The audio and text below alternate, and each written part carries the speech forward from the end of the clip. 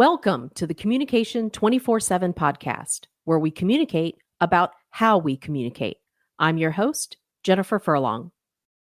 If you've read my book, Cracking the Rich Code, you know it is chock full of fantastic advice from top thought leaders and super successful entrepreneurs from around the world. How would you like to be a member of an exclusive community that provides that same how-to content from those same leaders? What if you were able to attend member-only live events and interact with them? I'd like to invite you to join the Rich Code Club. It will change the way you think about yourself, your money, and your life. It's the only social media platform purely focused on helping you grow. Join the Rich Code Club today for free by clicking on the link in the show notes.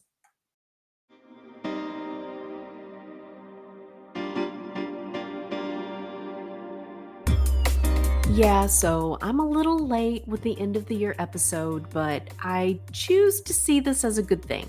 Number one, I'm now not in a sea of end of the year episodes. Number two, I needed the break. And number three, with that break came some much needed clarity. And if there's one thing that is perhaps the most important thing about communication, it's clarity. Clarity of thought, clarity of intentions, clarity of goals, clarity of values, and clarity of the lessons learned. After all, if we are going to continue working at this craft we call communication, we must take a moment to reflect on our experiences and evaluate the good, the bad, and the ugly, identify those lessons learned, and then create a plan of action. And then we need to act on that plan. So that's what this final episode for season 2 is all about. Yes, I will have the typical listicle, the top 5 episodes of season 2. What would a season finale be without a listicle? But before we get to that, I want to reflect on my experiences this past year as a communicator, as a podcaster, as a brand. I'm going to evaluate those experiences and see what lessons I have learned. And then I'm going to tell you about what's going to be different for season 3. So here's how I view myself as a business owner and as a podcaster. Well, as a human, really. I'm here to be of service. Whether you sit with me for a one-on-one discussion, or you participate in one of my workshops, or you listen to this podcast, I truly hope that you will gain something of value, something of substance. I want you to get something that is meaningful to you. And I want you to feel self-empowered. I want you to have agency in how you move through this world and how you interact with the people in it. I want you to build your confidence in your ability to tell your story and to express your message in a way that others will finally get it. When you understand that there are things you can choose to do, actions you can choose to take, tools you can choose to use, you will find yourself becoming better at influencing others, better at connecting with others, better at listening and learning from others. So, how does all this reflection and assessing help me understand where I need to go professionally in 2023? I'll continue to offer communication skills workshops and training, but I'm going to scale back this part of my business in 2023 because I want to make room for some other projects. So, what are some of the other projects?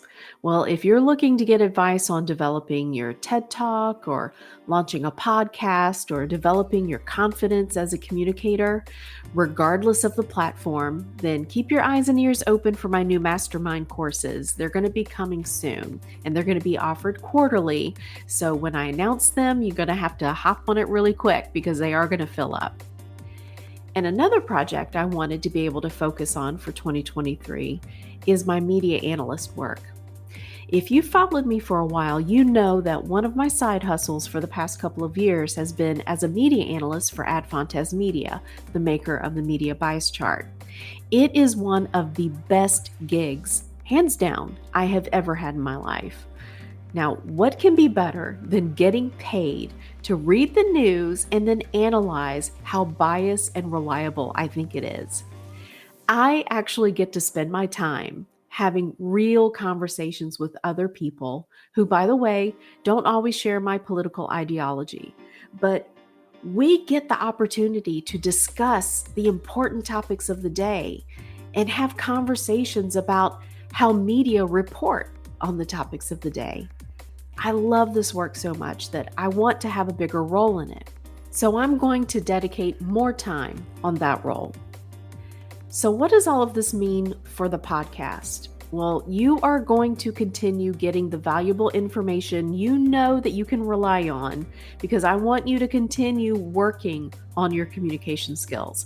I'm going to continue bringing in experts from around the globe so that I can pick their brains for valuable knowledge. After all, like I always say, communication is a skill just like any other skill, right? We all have to work at it to get better at it. And that includes me as well.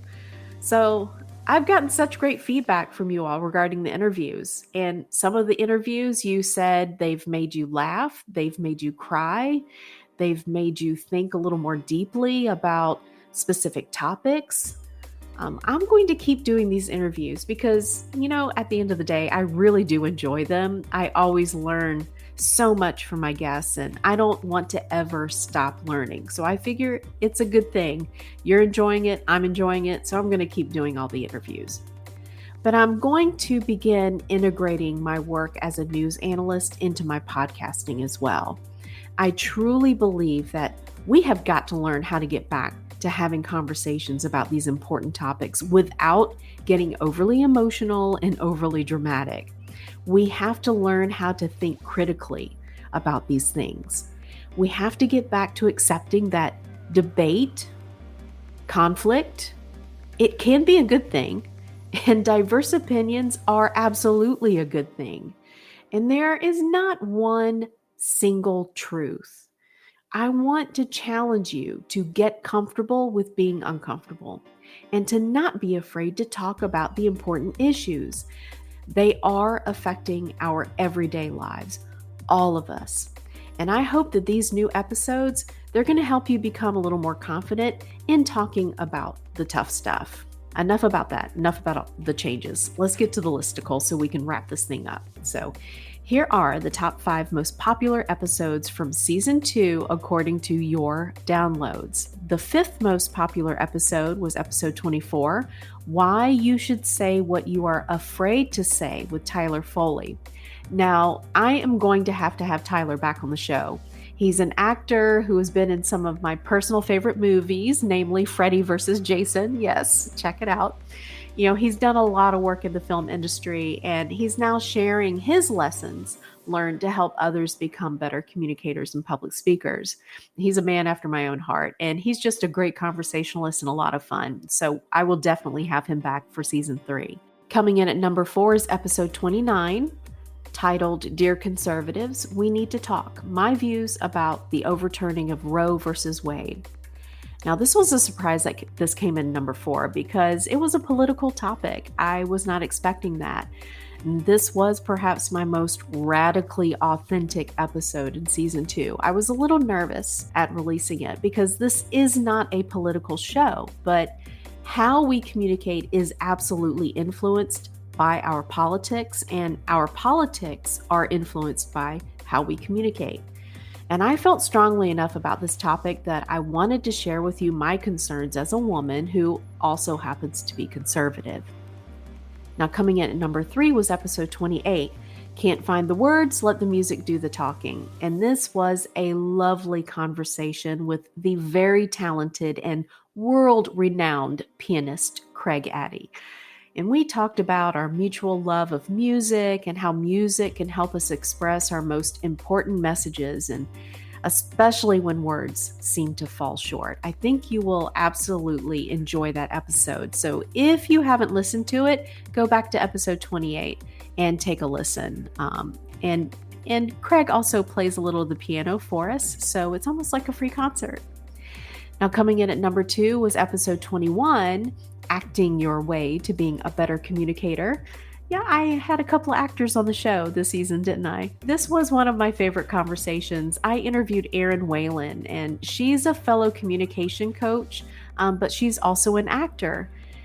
And the fun thing about it, where I tend to be more direct and logical and practical, Aaron definitely has more of the compassion and the empathy side of communication. So I think we gelled perfectly, kind of like the yin and yang thing. Now, coming in at number one is episode 27, titled How Do I Communicate About Intimacy with My Partner?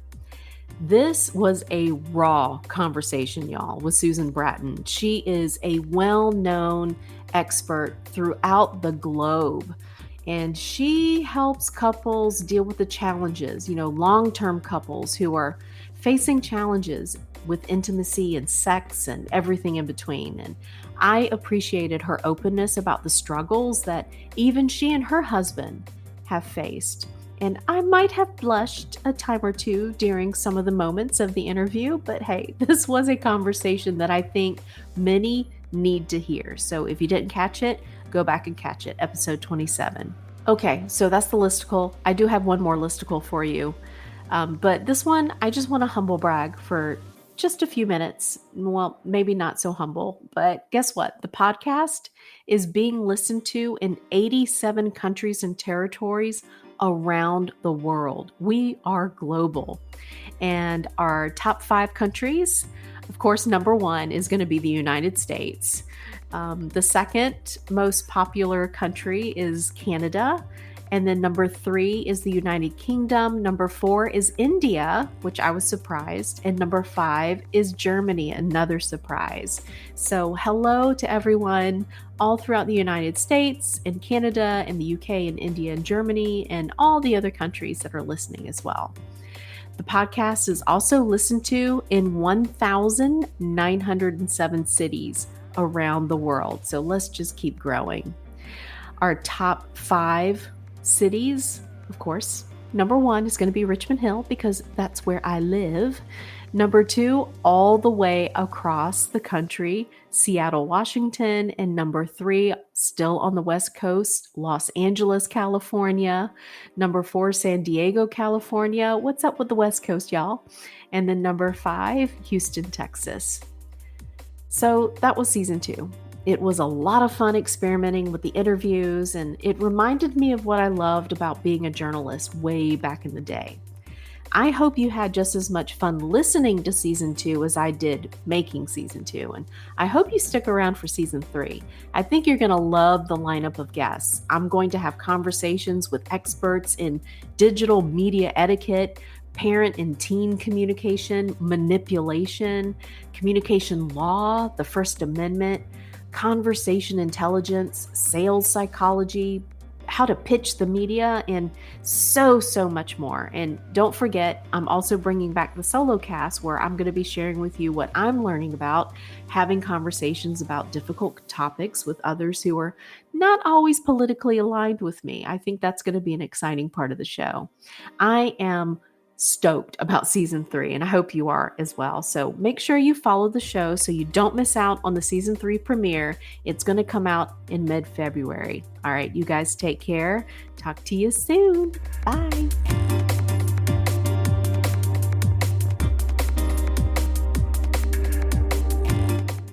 Thanks for listening. If you enjoyed this episode and you'd like to help support the podcast, please share it with others, post about it on social media, or leave a rating and a review.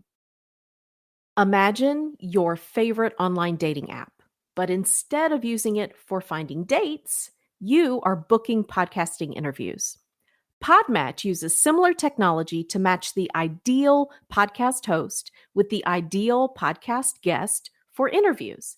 I know it works because that's how I get so many awesome guests for my show. I used to spend hours scouring my social media channels, hoping to be able to find just one reliable guest for my show. Now I simply log into Podmatch and let the program do all the work. It really is just that easy. And if you are a podcaster looking for compatible guests, or you are a guest looking to be on a reputable podcast, sign up for Podmatch today by clicking on the link in the show notes.